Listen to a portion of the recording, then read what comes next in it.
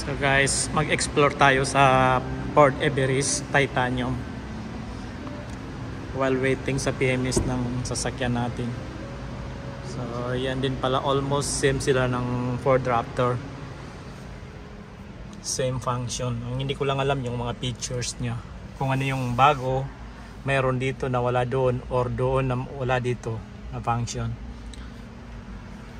Ito yung difference nila. Yun kasi semi-flat yung forma niya at saka slim. So when it comes sa cabin niya, ayan, storage box niya is same din pala sila.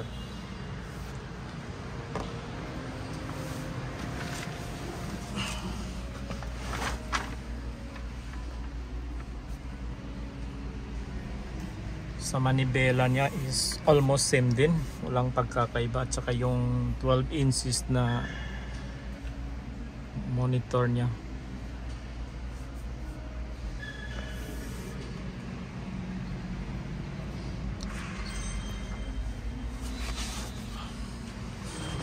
So yung kwan niya is same din sila, electronics.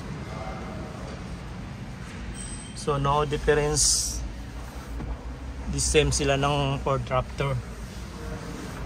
So tingnan natin sa second cabin niya.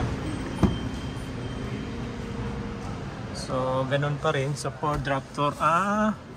Ito yung pagkakaiba nila. Sa Ford Raptor is meron dito aircon, dito wala.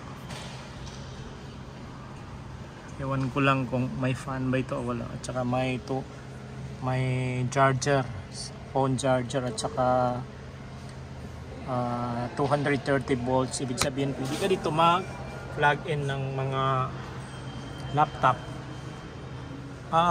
Ito maganda rin pala. Aywan kung anong tawag dito, yung sa taas niya, naka-transparent. At saka yung ganun pala guys, yung airflow niya o aircon niya dito is dito nakalagay, kaya pala. So may mga LED light din. So ito yung nasa likod niya.